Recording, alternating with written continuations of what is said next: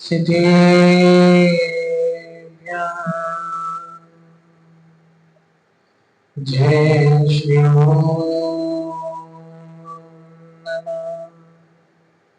सिद्धेभ्यः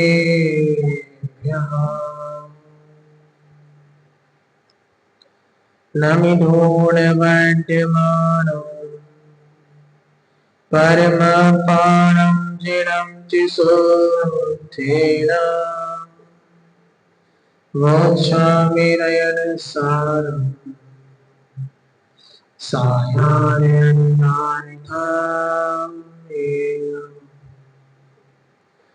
नमो हरिहन्तारं नमो शेतारं नमो आयनीयारं नमो उमंशयारं नमो नमो सर्वसां नमो नमो सर्वसां। अनंतानंद सत्य परमेश्वरी परम भगवान के मंगल श्री खदराज श्री महावीर भगवान के एक खदराज श्री आदिनाथ शांतिनाथ पाशनाथ भगवान के अध्यात्म सरोवर के राजहंस श्री कुंद कुंद स्वामी महावीराज के चारित्र चक्रवर्ती भगमाचार्य भगवान श्री शांति सागर जी महावीराज की समाधिस्थ गुरुदेव श्री अभिनंदन सागर जी महावीराज की द्वासांग जिनवाणी माता की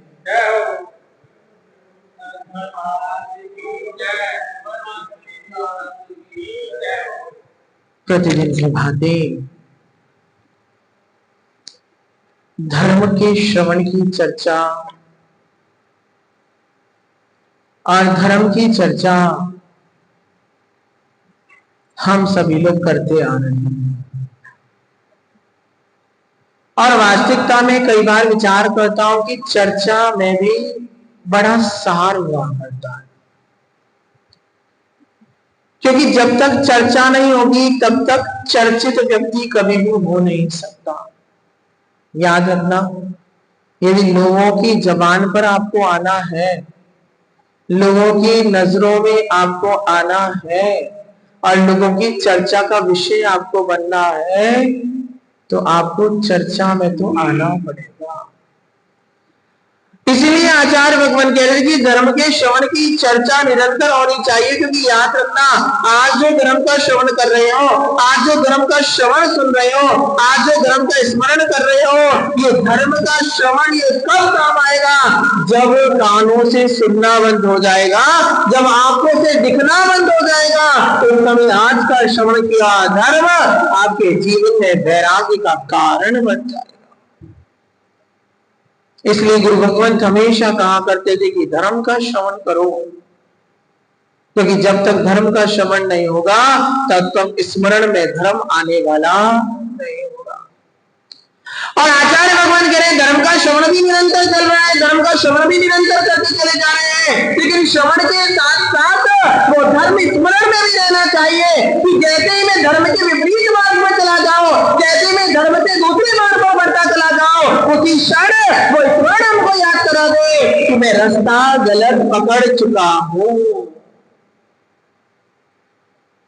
व्यक्ति को संबोधित किया गया, शांत हो जाओ, शांत हो जाओ, शांत हो जाओ, लेकिन वो शांत नहीं हुआ। लेकिन जैसे ही कहा गया कि उठ के चले जाओ, तो फौरन उठ के चला गया। आप कितना भी कह लेना, आप कितनी भी कोशिश कर लेना, कितना भी कह लेना कि मैं तत्वों को पढ़ रहा हूं, मैं धर्म को सुन रहा हूं, मैं शास्त्र का अध्ययन कर रहा हूं, याद रख लेना आचार्य भगवान कह रहे हैं कि 11 अंग पूर्व तक का ज्ञान उस मिथ्या दृष्टि जीव को भी हो सकता है पंडित जी। यानी यदि आप सोच रहे हैं ज्ञान से मेरा सम्यक दर्शन है, यदि ज्ञान से मेरा सम्यक्त्व है, तो इस भूल में मत रह जाना, क्योंकि आचार्य भगवान कहते हैं मिथ्या दृष्टि भी ज्ञानी हो सकता है। गौरव भैया, इतना ज्ञान उस मिथ्या दृष्टि जीव को भी हो सकता है। और अगर विश्वास ना हो, अगर आस्था ना हो, तो उठा लीजिए भगवान महावीर के अंदर गौतम स्वामी का जीवन कहा जाता था, उनके जैसा ज्ञानी संसार में दूसरा नहीं था। लेकिन सम्यक के अभाव में वो ज्ञान कैसा था? मिथ्यात्व के समान पड़ा हुआ था। जैसे मिथ्यात्व का ज्ञान कैसा होता है? सांप भी मर जाए और लाठी भी ना टूटे। लेकिन सम्यक दृष्टि का ज्ञान क्या हो जाए? सांप भी भाग जाए और लाठी भी ना टूटे। कितना बड़ा अंतर है दोनों की कथनी में। दोनों का उद्देश्य एक ही है, दोनों का भाव एक ही है, दोनों का महत्व एक ही है, लेकिन याद रखना दोनों की भावनाएं अलग हुआ करती है। और आचार्य भगवान कहते हैं ये भावना ही हमारे जीवन में सम्यक की आराधना प्राप्त करवा पाती है, ये भावना ही हमको सम्यक दृष्टि जीवन में बना पाती है।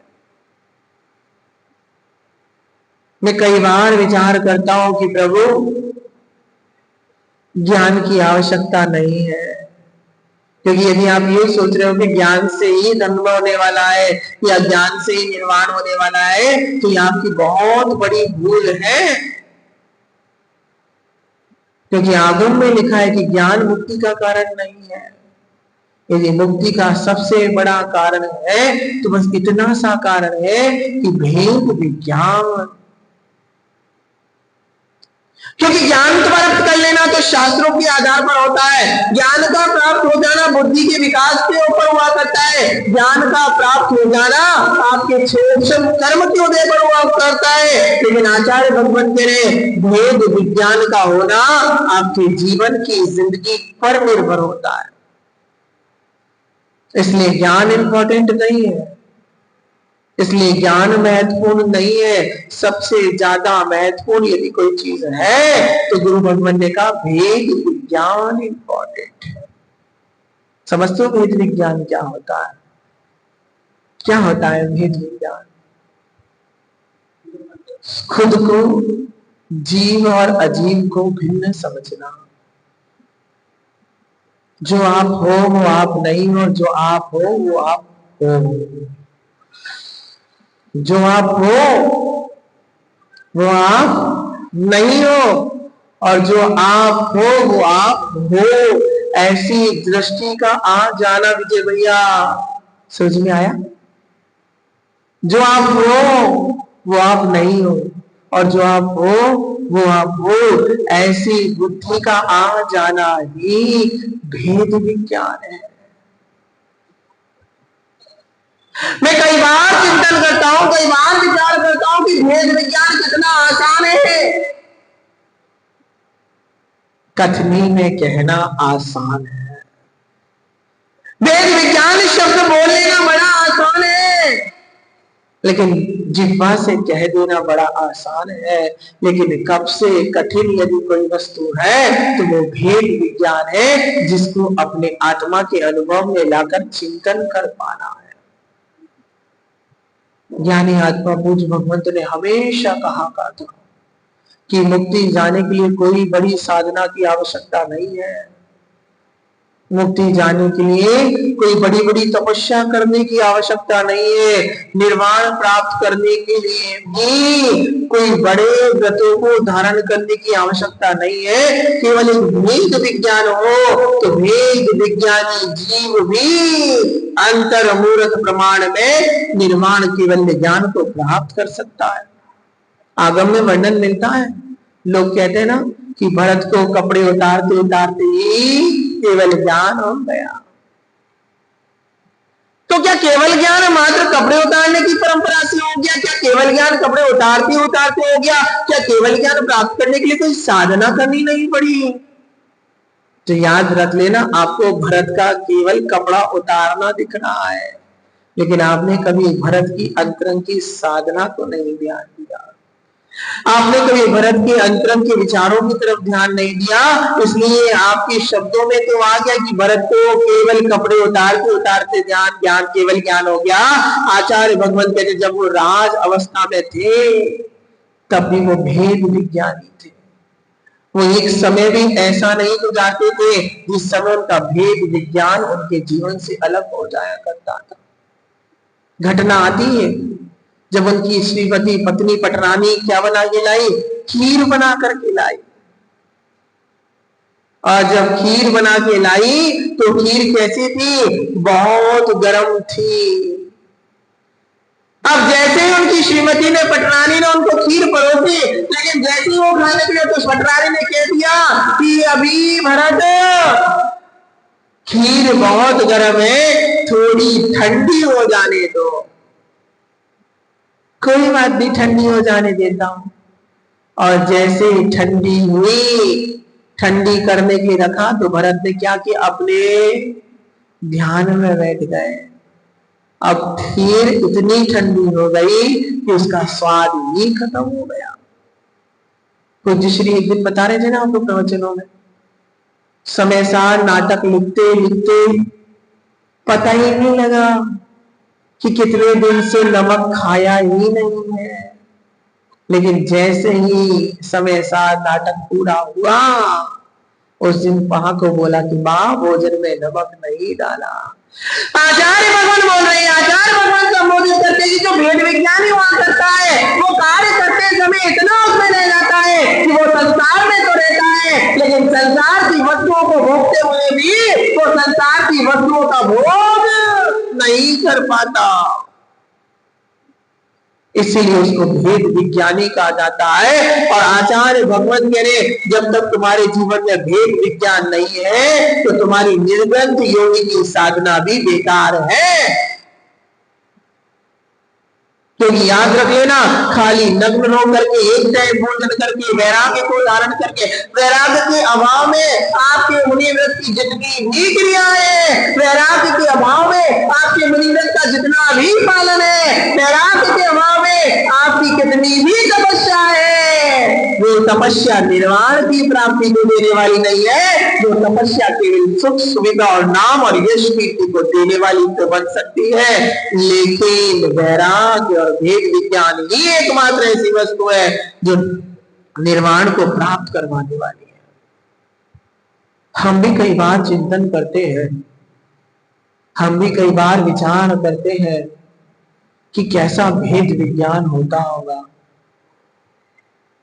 किस प्रकार से शरीर और आत्मा के प्रति भिन्नता के भाव को रखा जाता है, किस प्रकार से शरीर को अलग भाव और अपने प्रति अलग भाव को रखा जाता है। पोषत तो दुख दोष करे अति, शोषत सुख उपजावे। कई बार इन पंक्तियों का अध्ययन किया है, कई बार इन पंक्तियों का श्रवण किया है, और कई बार इन पंक्तियों को गुरुओं के मुख से सुना है, लेकिन सुनने के बाद उनका स्मरण नहीं किया है। आचार्य भगवान कुंद स्वामी रैन सार ग्रंथ को करताते हुए कह रहे कि याद रखना, धर्म दो प्रकार का हुआ करता है, एक श्रमण धर्म हुआ करता है और एक श्रावक धर्म होता है। और दोनों प्रकार के धर्म अपनी अपनी अवस्थाओं में, अपनी अपनी भूमिकाओं में महत्वपूर्ण हुआ करते हैं। क्योंकि तो याद रखना, श्रावक का धर्म श्रावक ही कर सकता है और श्रवण का धर्म केवल श्रवण ही कर सकता है। इसलिए कहा गया कि श्रावक श्रवण कभी भी भगवान का अभिषेक नहीं करता, श्रवण कभी भी भगवान की पूजन नहीं करता। आप कहो कि पूजन की द्रव्य दो करके लेकर के आ जाओ, तो श्रवण कभी नहीं लेके आता। श्रवण पानी छानकर भगवान का अभिषेक किए जल लेकर के नहीं आता। क्योंकि याद रखना, आचार्य भगवान कह रहे हैं कि जिसका काम जिसी को साजे, दूजो करे तो पागल बाजे। सुदेश भैया, जिसका काम जिसी को साजे, दूजा करे तो पागल बाजे। गुरु भगवान कहते थे जिसका जो काम है वो उसी को करने दो, आप करने लग जाओगे तो क्या हो जाएगा? काम बिगड़ जाएगा। इसीलिए आचार्य भगवान कह रहे हैं कि जो कार्य जिसका है वो कार्य उसी को करते चले जाने दो। क्या कार्य है आपका? आचार्य भगवान कुंद स्वामी आगे की गाथा में कह रहे हैं, खेतम विशेष काले। क्या कहा? खेतम विशेष काले ववियेषु वियं फलं जाम्यूलम् ओएकातम जानम पत्तम विशेषुदात फलम। अर्थात जिह फलम, आचार्य भगवान को जिस प्रकार क्षेत्रम विशेषम अर्थात विशेष प्रकार के क्षेत्र में, काल विशेषम और काल आदि के विशेष योग्य काल में, विशेष समय में, वव्यम अर्थात बोया गया, सुव्यम उत्तम बीज क्या करता है, विपुल फलम होई अर्थात विपुल फल को, बहुत सारी मात्रा में फल को देने वाला होता है। तीन चीजें बता दिया। क्या बताया? विशेष क्षेत्र, विशेष बीज और विशेष काल। इन तीनों समय में बोया गया बीज विशेष फल को देने वाला होता है। आप सभी लोग जानते हो कि जब जैन आगम में हम लोग रहते हैं तो हमारे यहाँ अष्टमी और चतुर्दशी के दो शाश्वत पर्व हुआ करते, और हमें अच्छे से याद है कि जब कभी हम घर में रहा करते तो अष्टमी चतुर्दशी के दिन माँ एक बार तो ये कहती थी कि आज रात्रि में भोजन नहीं करना है, आज चतुर्दशी है, आज भगवान का अभिषेक करने जाना है, आज अष्टमी है, मुनिराजों को आहार दान करने जाना है, आज अष्टमी है, रात्रि के समय भोजन आदि नहीं करना है, आज अष्टमी चतुर्दशी, आज के दिन घर में आलू नहीं बनेगा, आज के दिन जमीन कंद का सेवन नहीं होगा, आज के दिन हरी सब्जी का त्याग रहेगा। नाना प्रकार के नियम संयम उन विशेष दिनों पर कर लिए जाते थे। क्योंकि याद रखना, इतना ही नहीं, आचार्य भगवंतों ने मुनिराज के लिए भी कहा है कि मुनिराजों को केशलोचन भी करना हो तो विशेष पर्व के दिनों में करना चाहिए। इसीलिए कहा गया मुनिराजों को अष्टमी चतुर्दशी के दिन उपवास की साधना को बढ़ाना चाहिए। करते नहीं दिगंबर मुनिराज? देख लो, हर अष्टमी चतुर्दशी जब आ जाती है तो अनायास ही कह देते आज का उपवास है, भले ही सप्तमी के दिन अंतराय हुआ हो, लेकिन क्या फिर भी क्या बोलते, नहीं अष्टमी है, पर्व है, उस दिन तो हम नियम रूप से क्या करेंगे, भगवान का उपवास करेंगे, भगवान का भजन करेंगे। विशेष अवसर आ जाए, भगवान का मोक्ष कल्याण कहा जाए, आप क्या कहते हो, आज के दिन तो हम विधान करेंगे, निर्वाण लाडू चढ़ाएंगे। अरे लाडू केवल एक दिन नहीं चढ़ाओ, हर दिन निर्वाण दिन है, हर दिन निर्वाण दिन है, हर दिन मोक्ष दिन है, हर दिन मुक्ति का दिन है। क्योंकि आचार्य भगवान ने कहा ये तो 24 तीर्थंकरों के निर्वाण दिन है, इसमें तो अनंत सिद्ध परमेश्वर चले गए, कोई ना कोई दिन तो किसी ना किसी का तो होगा ही होगा। लेकिन हम फिर भी देखो हर दिन लड्डू चढ़ाते हैं क्या? नहीं चढ़ाते। जब किसी तीर्थंकर आदि का विशेष दिन होता है उस दिन हम विशेष रूप से क्या कर देते हैं, लाडू आदि चढ़ा दिया करते हैं। इसलिए आचार्य भगवान के क्षेत्र का और काल का विशेष समय हुआ करता है। ये होंडा दर्पणी काल का क्षेत्र रहा, ये उत्तरपणी काल का क्षेत्र रहा। इसलिए हम 24 तीर्थंकर भगवंतों के निर्वाण कल्याण के दिन, निर्वाण के दिन उस क्षेत्र पर जाकर के निर्वाण नाम कराते हैं। जब हम कमेश में वर्षा योग कर रहे थे, कुछ लोग ऐसे हुआ करते कि भगवान 24 भगवानों के निर्वाण के दिन पर हमको इनकी निर्वाण स्थली से क्या कराना है, तो निर्वाण लाडू को चढ़ाना। क्षेत्र का बहुत प्रभाव पड़ता है।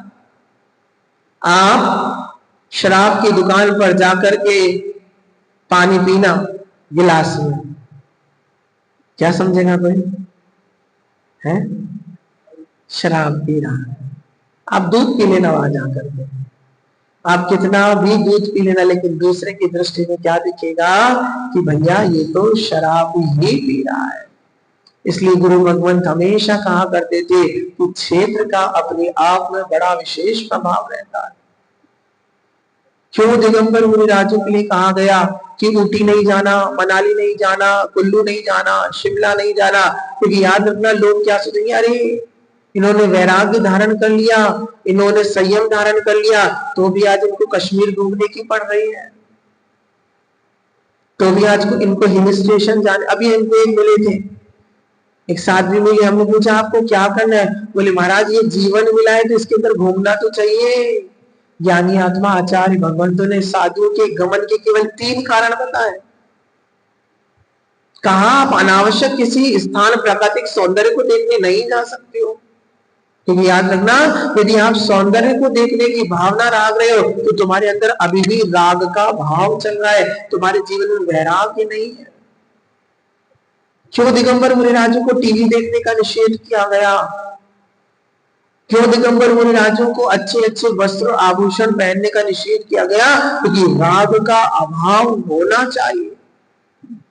क्योंकि जब तक राग का अभाव नहीं होगा तब तक वैराग जीवन में कैसे अंकुरित हो पाएगा? तो और याद रखना, अंकुरित हो भी गया तो उसको स्टेबल बनाने के लिए राग का अभाव होना चाहिए। किसी व्यक्ति ने कहा, महाराज अब आपने तो प्रवचन में कह दिया कि साधुगण कभी भी हिल स्टेशन नहीं जाते सौंदर्य देख, फिर आप काहे बद्रीनाथ गए थे? ज्ञानी आत्मा, हमने कभी किसी को ये नहीं कहा कि हम प्रातः के सौंदर्य देखने जा रहे हैं। हमने हर व्यक्ति को एक ही बात कहा, हम तो आदिनाथ भगवान की निर्वाण स्थली का दर्शन करने जा रहे हैं। और निर्वाण स्थली का दर्शन करने गए थे, निर्वाण स्थली के दर्शन करने गए थे, तो याद रखना हमने अपने निर्वाण स्थली के अलावा अन्य किसी ना मठ को देखा ना किसी मंदिर को देखा। और लोग हमसे कहने लगे, महाराज इतना आए हो, 3 किलोमीटर दूर माना गांव है, भारत का आखिरी कोना भी देख जाओ। तो हमने कहा, ज्ञानी आत्मा ध्यान रखना, प्रभु ने हमको आज्ञा दी है कि दिगंबर मुनिराज केवल तीर्थ वंदना के लिए जाते हैं। यदि वहां कोई मंदिर होता, यदि वहां कोई मूर्ति होती या वहां कोई दिगंबर प्रभु का जिनालय होता तो मैं अवश्य वहां चलता, लेकिन भारत का आखिरी कोना देखने का भाव मेरे मन में नहीं है, क्योंकि संसार में ऐसा कोई कोना नहीं है जहां इस जीव में जन्म नहीं या हो। कभी पंच परावर्तन पढ़ना, सबसे कठिन विषय है पंच परावर्तन का पढ़ना। जब हमारे गुरुजी ने हमको पढ़ाया था, हमने कहा हमारी बुद्धि में नहीं आता। क्षेत्र परावर्तन, ऐसा क्षेत्र कोई नहीं रहा जहां इस जीव ने जन्म नहीं लिया हो। और बड़ा उत्साहित होते, अरे वहां हम तो माना गांव घूम के आए, हमने सरस्वती नदी को उद्गम स्थल देखा, हमने भारत की पहली चाय की दुकान देखी। अरे मैंने कहा, ज्ञानी ना जाने कितने भावों में कितनी बार देख चुका होगा, लेकिन तेरे को याद नहीं है कि तूने वहां देखा कि नहीं देखा होगा। आचार्य भगवान कहते थे, आचार्य भगवान संबोधित करते थे और हर बार एक बात कहते थे कि साधु का गमन केवल 3 कारणों से होता है, अन्य कोई चौथा कारण नहीं है कि साधु विहार कर पाए। पंडित जी, पहला कारण है जिन चैत्यालय की वंदना करने के लिए। क्या कहा? जिन चैत्य और जिन चैत्यालय की वंदना करने के लिए, अर्थात दिगंबर प्रभु के जितने भी मंदिर हैं, दिगंबर प्रभु की जितने भी जिनबिंब है, ऐसे जिनबिंबों की आराधना, अर्चना, पूजन और ध्यान करने के लिए उसके लिए दिगंबर मुनिराज विहार किया करते हैं।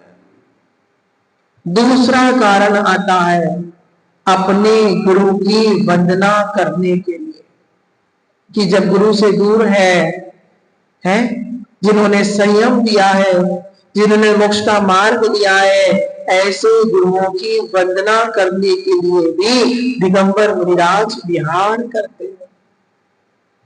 और तीसरा कारण होता है किसी की समाधि संलेखना कराने के लिए। इन 3 कारणों के अलावा आगम में कहीं कोई चौथा कारण नहीं लिखा, जिस कारण के लिए दिगंबर मुनिराज विहार कर सकते हैं, जिस कारण के लिए दिगंबर मुनिराज चल सकते हैं। और याद रखना, यदि दिगंबर मुनिराज इन 3 कारणों को छोड़ के अन्य किसी भी कारण को विहार कर रहे हैं तो जिनेंद्र प्रभु का अवर्णवाद कर रहे हैं। क्योंकि जिनेंद्र प्रभु की बताई हुई बात से, जिनेंद्र प्रभु के बताए हुए शास्त्र के, जिनेंद्र प्रभु की बताई हुई नीति के अलावा अन्य नीति से चलते चले जाना, आचार्य भगवान कह रहे, ये भी जिनेंद्र प्रभु का अवर्णवाद हुआ करता है। इसलिए चाहे कुछ भी हो जाए, कोई व्यक्ति कहे ना, महाराज चलो पार्क घुमाना है, नहीं भैया हम घूमने नहीं जा सकते। आपको मंदिर जाना है ना, आप पार्क के रास्ते से चले जाओ, पार्क के 2 राउंड काट के चले जाओ, लेकिन ये मत बोलो कि हम पार्क घूमने जाएंगे। क्योंकि याद रखना, आप जैसा कहते हो आपकी भावनाएं वैसी परिवर्तित होती चली जाती है। आप जैसा विचार करते हो आपके मन में वही वही बना रहता है। इसलिए गुरुदेव हमेशा कहते जो व्यक्ति बिना विचार किए बोलता है ऐसा व्यक्ति निरंतर रोता ही होता है। इसलिए जो कुछ भी बोलते हो, जो कुछ भी कहते हो, उस पर एक बार विचार तो करो कि हम क्या कह रहे हैं, हम कैसा कह रहे हैं और हम कैसा हमको कहना चाहिए। क्यों, कब, कहां, कैसे और कितना, यदि इन 5 विषयों पर हम हमेशा विचार करें तो याद रखना हमारे जैसा इस संसार में सभ्य प्राणी दूसरा हो ही नहीं सकता। क्यों जाना, कब जाना, कितना जाना, कैसे जाना और कहां जाना, यदि इन 5 वस्तुओं पर हमने विचार कर लिया, इन 5 चीजों को ध्यान में रखते हमने विहार किया तो याद रखना आपको प्रभावना करने की आवश्यकता नहीं है, आपका चलना ही आपकी प्रभावना बन जाएगा। कब बोलना, कितना बोलना, कहां बोलना, कैसे बोलना और क्यों बोलना, जब इन 5 बातों पर विचार करके बोला जाता है तो आपके वचनों को श्रवण करने के लिए भी लोग उत्साहित होकर के बैठ जाते हैं और आप दिन भर बोलते रहो, बोलते रहो, बोलते रहो, बोलते रहो, लोग धीरे धीरे आपकी वैल्यू अपने आप खत्म करते चले जाते हैं। और गुरुदेव ने हमेशा एक बात कहा था, यदि लोगों के लिए ज्यादा सुलभ हो जाओगे, क्या कहा था, क्या कहा बोलो ना, लोगों के लिए यदि ज्यादा सुलभ हो जाओगे तो लोग शौचालय बना के रख देंगे। ये सही है, ज्यादा इजी गोइंग मत होना किसी के लिए भी। याद रखना अपनी इंपॉर्टेंस आपको स्वयं से बनाना पड़ेगा, अपनी महत्वपूर्णता आपको स्वयं से। हर व्यक्ति जो जब आया उस समय मिलने बैठता नहीं, याद रखना हर व्यक्ति का एक समय हुआ करता है और समय पर ही उनसे चर्चाएं करना चाहिए। कोई व्यक्ति जब चाहे जब मुंह उठा के आए, महाराज इस प्रश्न का उत्तर बताओ, अरे भैया तुम्हारे प्रश्नों के लिए थोड़ा बैठे हुए हैं, हमारा भी पर्सनल समय है। याद रखना यदि हम पूरा दिन भर तुम्हें दे देंगे तो हमने तुम्हारे लिए घर नहीं छोड़ा है, हमने तुम्हारे लिए ये त्याग नहीं लिया है, हमने अपने लिए त्याग लिया है। और अपने लिए त्याग लेने का सबसे बड़ा महत्वपूर्ण कार्य है कि अपने लिए समय भी देना। कभी कभी हमको अपने लिए भी विचार करना पड़ता है, कभी कभी हमें अपने लिए भी सोचना पड़ता है कि हमको किस प्रकार से अपने जीवन को और व्यवस्थित बनाया जाए।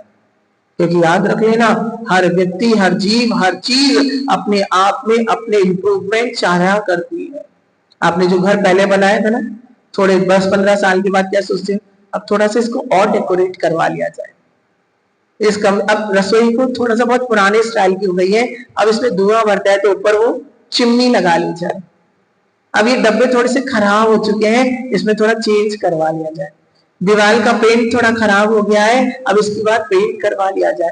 हर व्यक्ति अपनी अपनी वस्तु में इंप्रूवमेंट चाहता है, तो दिगंबर मुनिराज को भी इंप्रूवमेंट लाना पड़ता है, कुछ ना कुछ परिवर्तन। लेकिन याद रखना किसमें, साधना में कोई परिवर्तन नहीं है, साधना में कमी नहीं की जाती, अपितु साधना को उत्तरोत्तर वृद्धि की तरफ वृद्धिगत किया जाता है। इम्प्रूवमेंट का ये मतलब नहीं हो जाए कि आपकी साधना खराब हो जाए, नहीं, साधना में इम्प्रूवमेंट होना चाहिए, साधना में बढ़ोतरी होना चाहिए, लेकिन साधना में कभी भी गिरावट नहीं होना चाहिए। आचार्य भगवंत की याद रखना क्षेत्र का अपने आप में विशेष महत्व होता है। मुझे अच्छे से याद है जब मैं मेरठ वर्ष योग कर रहा था तो एक व्यक्ति ने मुझे मेरठ में आके कहा था, महाराज जी मेरठ की धरती है और इस धरती पर श्रवण कुमार भी आए थे। आप सभी को याद होगा श्रवण कुमार कौन थे। श्रवण कुमार वो जीव था जिसने अपने माता पिता को क्या कहा था, डोली पर बिठाकर 4 धाम की यात्राएं करवाई थी। लेकिन जैसे ही उस मेरठ की धरती पर वो श्रवण कुमार आए और माँ बाप से बड़ा प्रेम करते थे, लेकिन उस धरती का ऐसा प्रभाव रहा कि जिसके बाद आने के बाद श्रवण कुमार के मन में आया, मैं इन पागलों को क्यों लेके जा रहा हूँ, मैं इस बोझ को क्यों लेकर के जा रहा हूँ। उसके मन में विचार आया और उसने अपने पिता को कहा कि अब मैं तुमको यहाँ छोड़ना चाहता हूँ, तुम मेरी डोली से उतर जाओ। तो पिता ने कहा कि बेटा एक बात कहें हम आपसे, आप हमको उतारना चाहते हो तो उतार दो, लेकिन हमारा मन है बस ये गांव पार करवा दो, अगले गांव जाके तुम हमको उतार देना। क्योंकि उनके पिता जानते थे कि क्षेत्र का प्रभाव भी अपने आप में अलग बड़ा करता है। और जैसे ही उस मेरठ की धरती को पार किया, श्रवण कुमार को अपनी गलती का एहसास हो गया और उन्होंने अपने माता पिता को पूरी 4 धाम की यात्रा करवाई। इसलिए ये विचार हमेशा रखना कि यदि आपका क्षेत्र के, हमेशा गुरुदेव कहा करते हैं, यदि किसी स्थान पर आपको क्रोध जागृत हो जाता है, यदि किसी स्थान पर आपको गुस्सा जागृत हो जाता है, आप क्षेत्र परिवर्तन कर लीजिए, क्रोध अपने आप शांत हो जाएगा। कि गुरुदेव ने कहा था तू भी है तलवार सा और मैं भी हूं तलवार सा। क्या होगा जब तुम तलवार हो मैं तलवार हूं, तो क्या होगा? लड़ाई होगी। तो गुरुदेव ने कहा था यदि बचना है तो तू भी है तलवार सा और मैं भी हूं तलवार सा, लेकिन तलवार तलवार से हो जाएगी लड़ाई, इसलिए जब तू तलवार हो जाए तो मैं म्यान बन जाता हूं, तब इस लड़ाई के मुद्दे को शांत कर लिया जाएगा। इसलिए गुरु भगवान कह रहे हैं क्षेत्र का अपने आप में विशेष प्रभाव रहता है, काल का, समय का बहुत प्रभाव रहता है। अब रात को तुम 12 बजे आके कहो मंदिर खोलो, मंदिर तो भगवान की आराधना का केंद्र, मंदिर में ताला क्यों लगा दिया? अरे भैया हर चीज का एक समय हुआ करता है? अब आप रात को 12 बजे भगवान की आराधना करना चाहो तो क्या कहेंगे प्रधान जी? भैया रात को 12 बजे मंदिर नहीं खुलेगा, तू तेरे मन के मंदिर में भगवान की आराधना कर। इसलिए गुरु भगवान कहते हमेशा विशेष काल में, विशेष समय में, विशेष नीति से और विशेष फल, अर्थात आपकी भावना विशेष प्रकार का बीज यदि बोया जाता है तो वो क्या होता है? उत्तम फल को देगा। और इसी प्रकार आचार्य भगवान कह रहे हैं कि जिस प्रकार आहारदान की बात चल रही थी, उत्तम काल है। कैसा काल है? उत्तम काल आपको मिला है जहां पर सच्चे वीतराग गुरुओं, निर्ग्रंथ योगी जनों का दर्शन हो पा रहा है। आज से 70, 80, 100 साल पहले पूर्व देखो, कोई दिगंबर मुनिराज नहीं मिलते थे।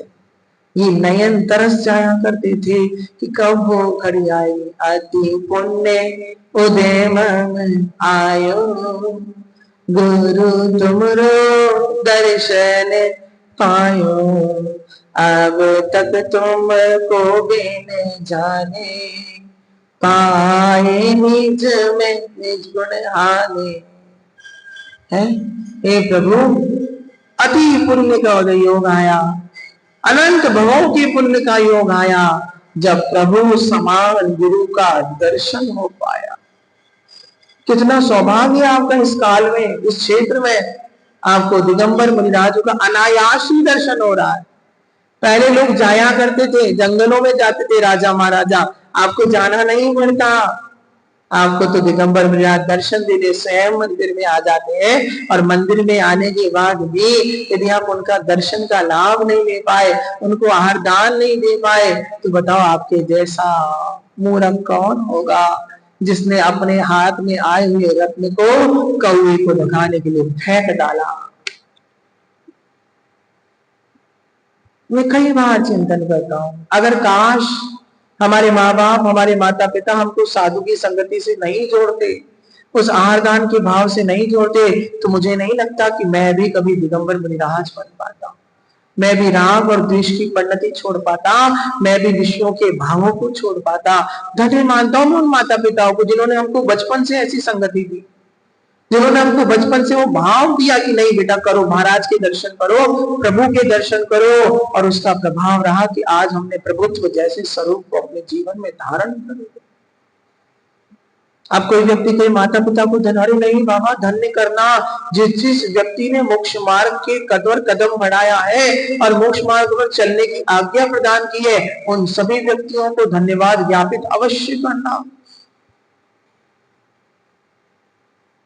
क्योंकि गुरु भगवान ने कहा था जिस उपकारी का जो व्यक्ति उपकार भूल सकता है, उसके जैसा अपकारी संसार कोई दूसरा हो नहीं सकता। इसलिए ज्ञानी आत्मा आचार्य भगवान कह रहे कि उत्तम क्षेत्र आपको प्राप्त हुआ है। कौन सा? ये भरत क्षेत्र, उसमें भी नोएडा जैसा नामई नगर जहां दिगंबर मुनिराज चतुर्मास कर रहे हैं, काल भी चातुर्मास का है, सही समय पर मुनिराज उठ जाते हैं। और उत्तम आपको करना क्या है? बस अपने हाथ से आहार दान तो करना है। ऐसा किया गया फल, ऐसा किया गया दान आपके लिए क्या देगा? स्वर्ग और मोक्ष रूपी संपदा को देने वाला है। लेकिन हमें उसकी उपयोगिता को समझना होगा, उस फल के, उस बीज के महत्व को समझना होगा। जो बीज यदि अच्छे खेत में चला जाएगा, उपजाऊ भूमि में चला जाएगा तो एक बहुत बड़ा वट वृक्ष बन करके आपके जीवन में अच्छे अच्छे मधुर मधुर फलों को देने वाला बन जाएगा। इसलिए आप भी दिगंबर मुनिराजों के साथ रहिए, उनकी साधना में सहयोगी रहिए, तो आपका जीवन भी सफल हो जाएगा। बोले महावीर भगवान की। जिन वाणी के ज्ञान थे सूझे लो कानो, सो